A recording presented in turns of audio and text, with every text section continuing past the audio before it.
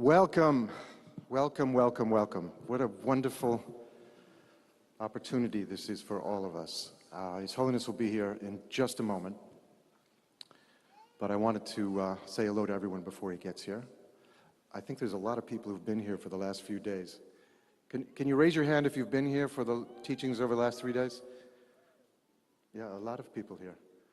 And a lot of newcomers. Who has not seen His Holiness before? Oh, that's great. New friends. New friends. You know, there's an old Japanese saying that under cherry trees there are no strangers. And I think that's particularly true around His Holiness the Dalai Lama. And especially over the last 3 days of these incredible teachings we've had, I think His Holiness has created a very large cherry tree for us all to be under and realize that we really are brothers and sisters here. It's been an extraordinary time and the opportunity for all of us now to listen to His Holiness and learn how to make a meaningful life, I think is very special for all of us. His Holiness is a very well-known person on the planet at this point, but just a few brief words. His Holiness was born in 1935. And in a time and space very far away from us in the West, but even in his own time and space, it was a farming village very far away from the capital. When he was 2 years old, he was found, and soon after that enthroned as the 14th Dalai Lama. When he was a teenager, the Chinese invaded Tibet in 1949, 1950. His Holiness did the best he could to protect his people and their culture and Buddhism. And by 1959, it became totally untenable, and he escaped into exile with now over 120,000 Tibetans, living now all over the world. He has since won the Nobel Peace Prize in 1989. A few years ago, he won the Congressional Gold Medal, which is the highest award that can be given by the people of the United States of America, and was awarded by the President himself. And I think has won probably every other possible award for humanitarian work and spirit and good heart that we can give on this planet. When I was thanking people yesterday for the last few days of teachings, there was one person that I did not thank, and it was horrendous that I didn't. We wouldn't be getting these teachings without the extraordinary interpreter who has been working with us.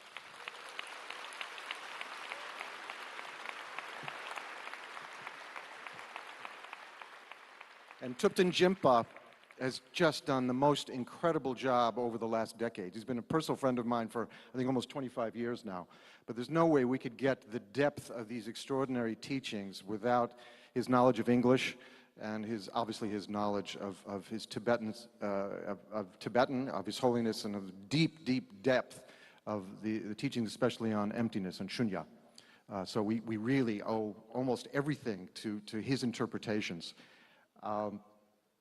Now, without further ado, I'd like to bring out one of the great men of our time, a man who's touched all of our hearts, His Holiness the Dalai Lama.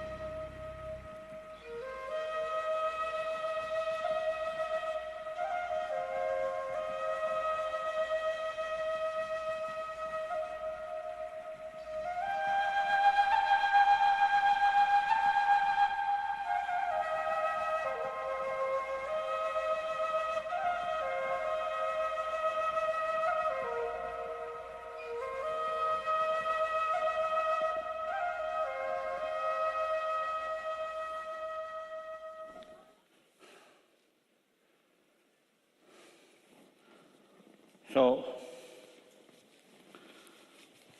last 3 days talks about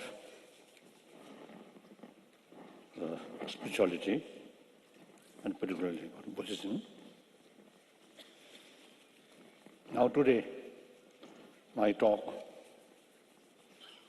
purely secular.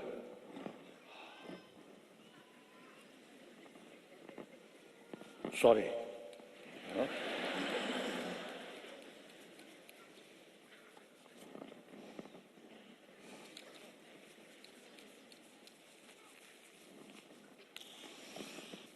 Okay.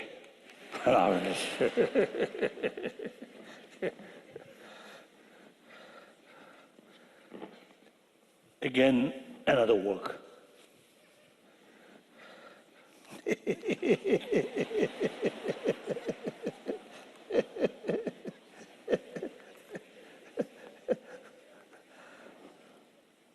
So I think already delayed. Then furthermore, remain like this.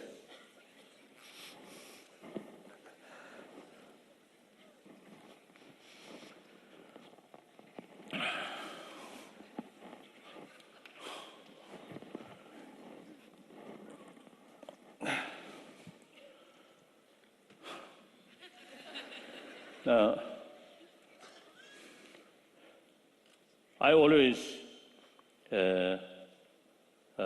happy meeting with people, a public talk. That is, I think, a proper way, is it to share more people about method, how to achieve happy life without touching religion.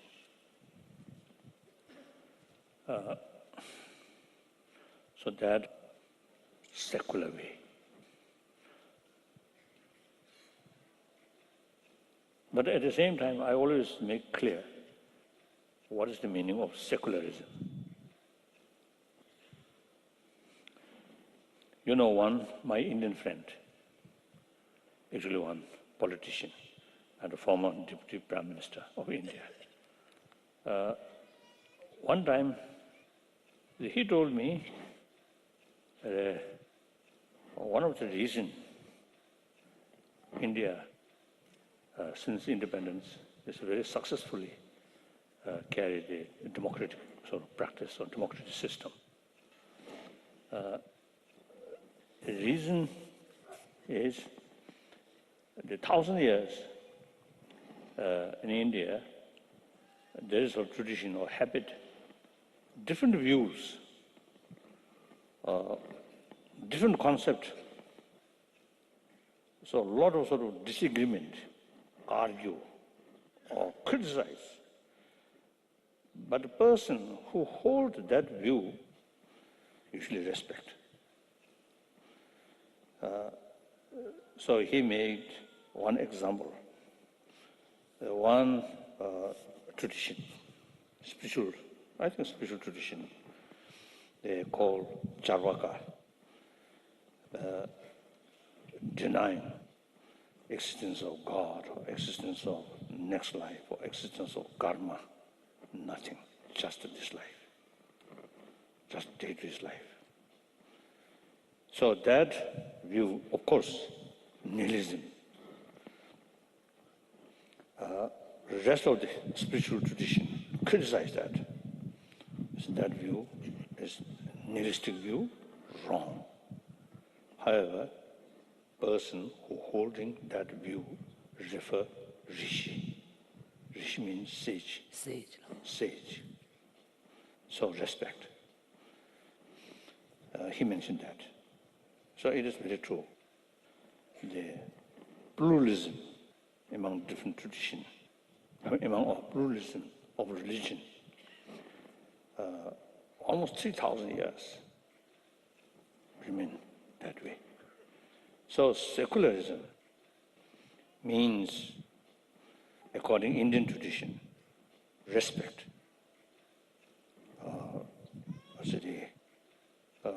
All religions, or people who have different views, respect.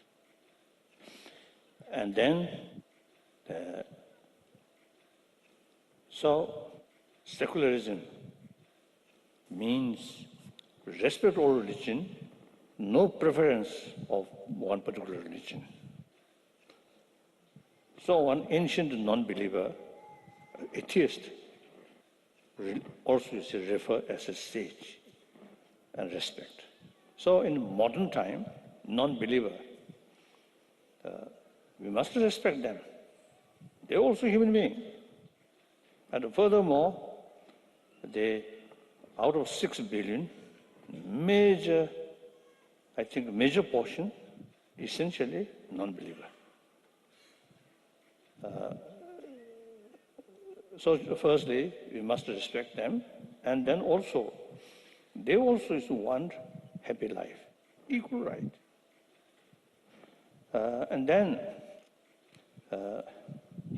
the problem, usually, you see people who have no interest about religion, they also see no longer any interest about these inner value, because they felt these are part of religious practice. Yes, in a way, true. All major religion tradition, as I mentioned before, carry practice of love, compassion. These are main practice. So make distinction, believer, non-believer, religious faith only for believer. Non-believer, no religious faith, but they also want happy life. So the practice of, the compassion, these things. Oh, where have gone my rosary? Because lash away, class has still left. My rosary, I think at the room where, here, let me check.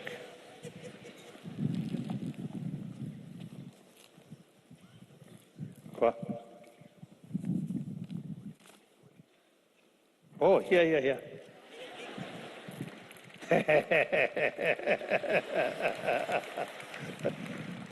Because of feeling of mind. So a little bit, because of the anxiety.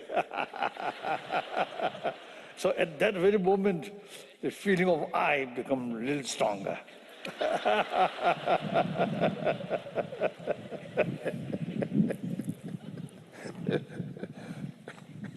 Good.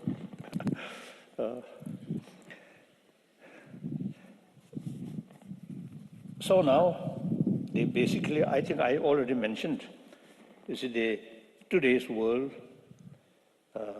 I think basically, generally speaking, people, I think, firstly, I think some trouble because of lack of principle. And then also the people who very much sort of, too much sort of, because of the unhappy sort of mind, that brought frustration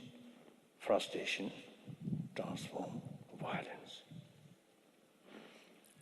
So in such sort of period, you see, it is important to make clear the peace of mind or compassionate mind is something very important for building a stable, peaceful society, community, and less sort of problem, less crisis, man-made crisis. And then individuals themselves also, you see, get maximum benefit through this inner peace or, yes, inner peace.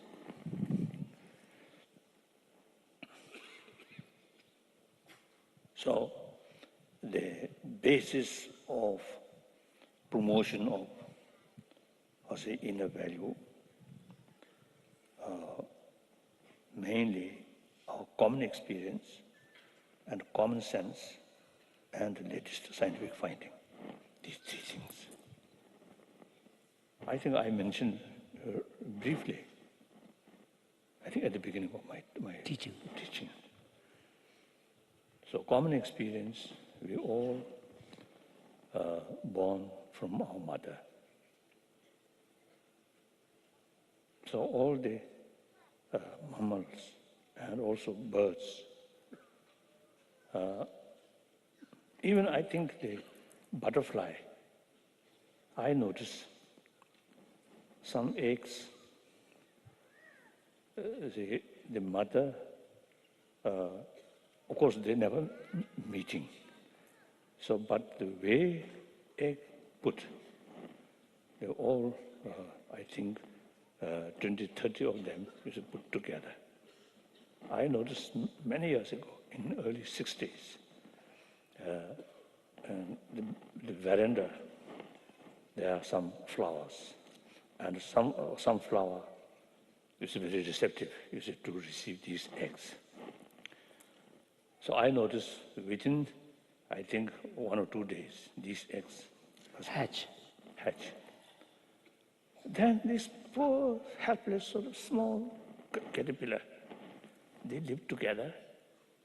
And then when some other fly who a little bit danger or who actually eating, then they live, since they live together, so they act together. Remain like that, I notice. So then those who say, predators. Predators. Predators. Then you see a little sort of afraid. Then I also tested when they remain grouped there, my finger go like that. They again do that. So the mother have some kind of sort of sense. If mother's egg is put one here, then lonely. Some danger come, they cannot defend. So put together, some little sense, the minds of those mother butterfly. I noticed that. So therefore, they all sort of, I think most of the animals, or even insect, the mother has some kind of sense of the responsibility to survive their offspring. Then, like we, human beings, and those, the mammals, which their survival entirely depend on mother's sort of feeding or mother's help. Biologically, the motivation level or emotional level, some kind of sense of sort of tremendous sort of feeling, the sense of concern of their offspring. That brings their energy to work hard for survival of their offspring.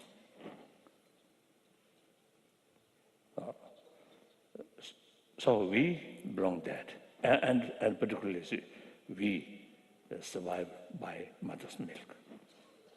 And birds also, you see, mainly mother feeding. When I was young in Lhasa, in Potala,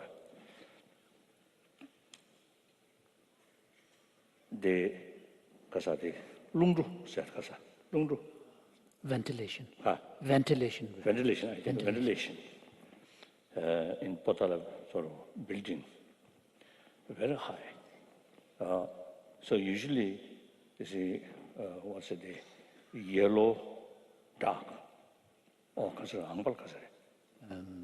geese. Geese. I think yellow geese. You see, usually it's nesting there.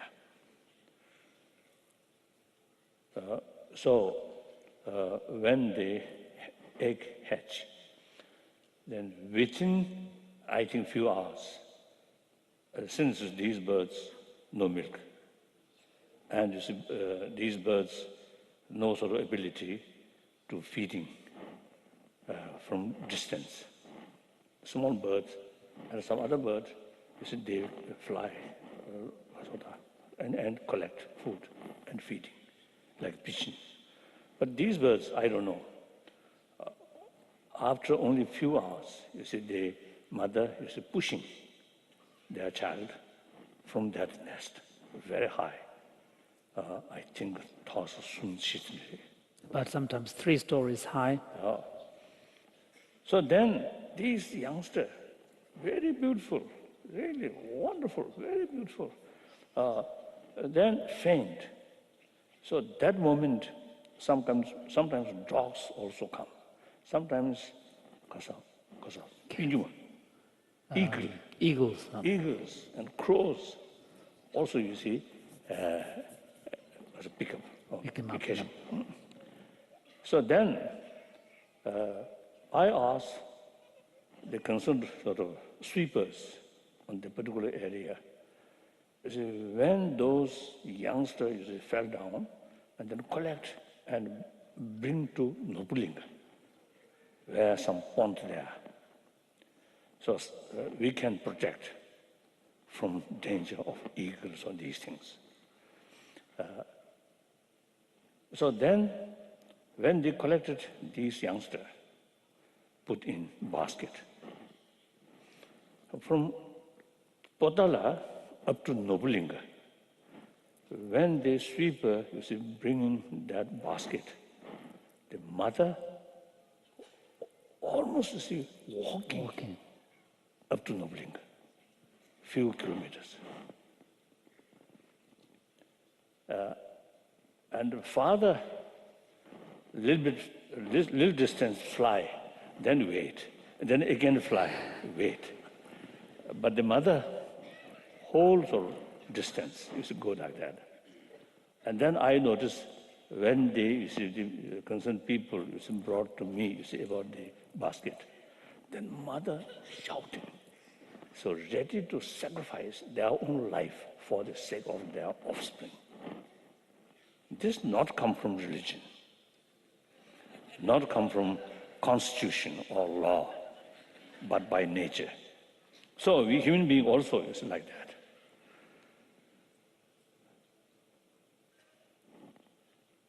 Then I often asking people, and expressing or share people, and also some scientists. One time I remember in Oxford, when my talk, some professors, old, very dignified professor in front line. So then I asked one silly question. I asked them, I notice mosquito. You see, when my mood good, then I usually give blood, and provided no malaria danger, then I usually give blood. So then mosquito enjoy blood, and then his or her body. Oh, I heard only her, she, because they need blood in order to reproduce. So looks female mosquito more aggressive. Really, I don't know. In any way, you see, after they sort of enjoy blood, then just fly. No sign of appreciation. So other animal like cat, dogs, or even birds, if you treat them compassionately, warmly, they respond, appreciation. So my question, to those professors, including those professors, what stage brain have the ability to show appreciation? No answer. So maybe in the future, some scientists may carry some sort of research work in any way. So usually, even the animal have the capacity to show affection.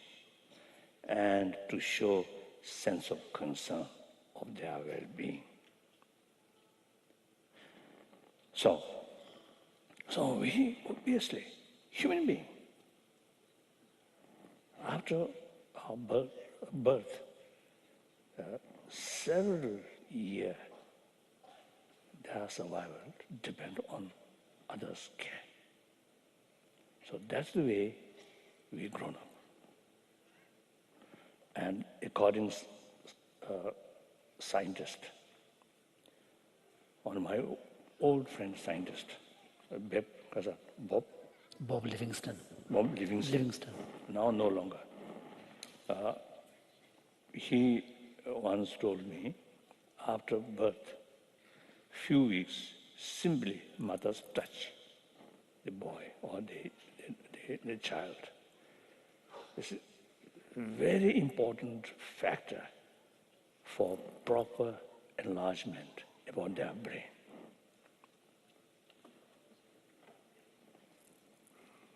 So therefore, the affection, compassion really makes big differences. Those children who receive maximum affection at the beginning of their life, their whole life, more happier. And deep inside, I think less sense of insecurity. Those children